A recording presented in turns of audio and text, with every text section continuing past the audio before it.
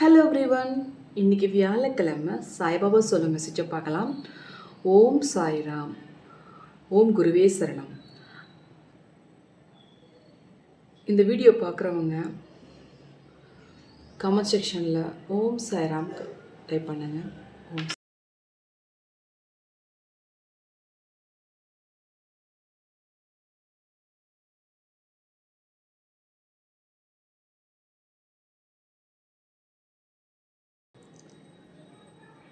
நீங்கள் ஒரு சில பேரை கம்பேரிசன் பண்ணி பார்க்குறீங்க.